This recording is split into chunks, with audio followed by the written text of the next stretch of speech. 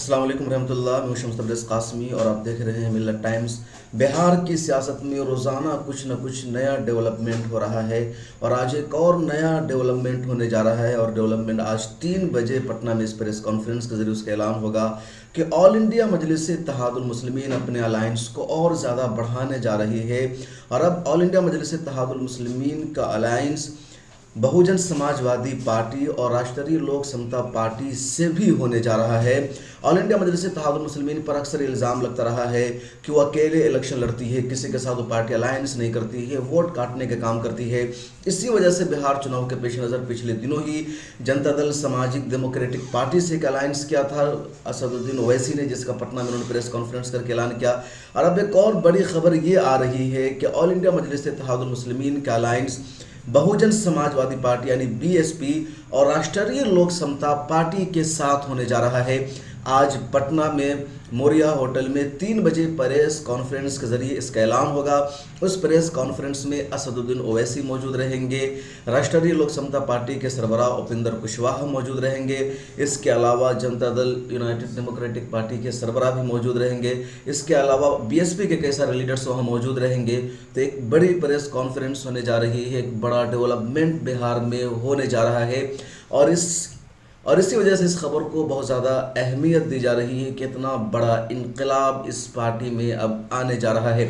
राष्ट्रीय लोक समता पार्टी की बिहार की सियासत में अपनी एक अहमियत है। पिछले लोकसभा यानी 2014 में राष्ट्रीय लोक समता पार्टी को 3 लोकसभा की सीटों पर जीत मिली थी। एनडीए अलायंस का वह हिस्सा थी।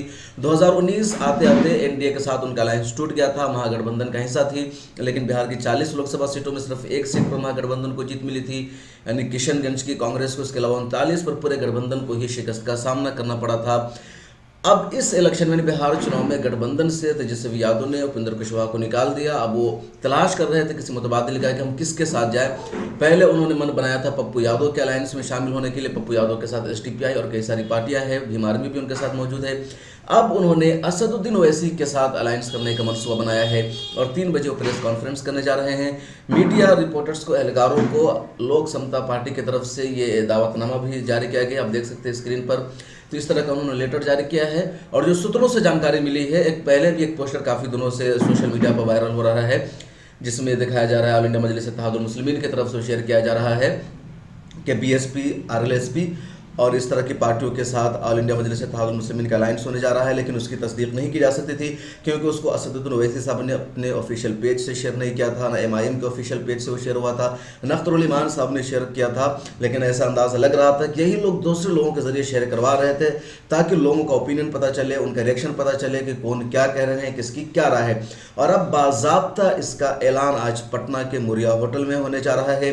3 बजे प्रेस कॉन्फ्रेंस करके इसका ऐलान होगा। मिल्लत टाइम्स के नुमाइंदा फजरुल मुबीन पटना में मौजूद हैं, वो हर पल की ताज़ा अपडेट वहाँ से देते रहेंगे। तो आप जुड़े रहिए मिल्लत टाइम्स के साथ। और इस अलायंस पर लोगों की क्या राय है, ये अलायंस कितना कामयाब होगा, इस पर बाद में बातचीत करेंगे। एक बात कह करके बस में वीडियो ख़त्म करेंगे कि बिहार में फ़िलहाल तो 2 के दरमियान असल लड़ाई है। एक नीतीश कुमार के दरमियान, दूसरे लालू प्रसाद के बेटे तेजस्वी यादव के अलायंस के दरमियान। यानी एक तरफ कांग्रेस आरजेडी है और दूसरी तरफ जेडीयू और बीजेपी है। अगर एनडीए की जीत होती है तो नीतीश कुमार चीफ मिनिस्टर बनेंगे, और अगर गठबंधन की, जिसमें कांग्रेस और आरजेडी शामिल है, उनके पास ज़्यादा सीट आती है तो तेजस्वी यादव चीफ मिनिस्टर बनेंगे। 15 साल आरजेडी की भी बिहार में हुकूमत रह चुकी है और 15 सालों से तकरीबन एनडीए यानी नीतीश कुमार की भी बिहार में हुकूमत है।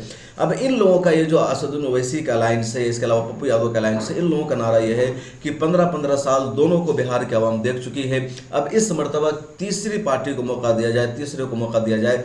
और अब ये अलायंस भी यही दावा कर रहा है, जो असदुद्दीन ओवैसी का अलायंस है, मायावती की पार्टी का अलायंस है, आरएलएसपी का अलायंस है, कि 15 साल दोनों को देख चुके हैं, अब तीसरे को मौका दिया जाए। लेकिन सवाल यह है कि क्या ये अलायंस इतना ताकतवर होगा कि इन दोनों को ताकत दे सके। और अगर ये अलायंस से बात कर रहा है कि इन दोनों की सरकार नहीं चाहिए, हम तीसरी सरकार बनाएंगे, तीसरे फ्रंट की बिहार में हुकूमत बनेगी, तो फिर इनका मुख्यमंत्री कौन होगा, सीएम का चेहरा कौन होगा, बहुत सारे सवालात हैं। इनकी लीडरशिप किसके हाथ में होगी, इस अलायंस की क़यादत कौन करेगा। इसके अलावा इस अलायंस में सीटों की जो शेयरिंग उस पर भी अभी काफ़ी इख्तलाफ चल रहा है, इसलिए अभी तक असदुल ओवैसी की पार्टी का भी फाइनल नहीं हो सका है कि कहाँ कहाँ से वो अपने उम्मीदवार उतारेंगे। जो सूत्रों से मुझे जानकारी मिली है कि शुरू में असदुल ओवैसी की पार्टी ने बिहार में कुल 50 सीटों पर उम्मीदवार उतारने का ऐलान किया था, लेकिन अब वो 50 सीटों पर उम्मीदवार शायद नहीं उतारने जा रहे हैं, बल्कि सीमांचल की सीटों पर तो उनका उम्मीदवार उतारना यकीनी है, लेकिन इसके अलावा मिथिलांचल और दूसरी जगहों के बारे में जो ऐलान किया था उस पर यकीनी नहीं है। और उन जगहों पर जिनके साथ उनका समझौता हुआ है, जिनके साथ उनका अलायंस हुआ है,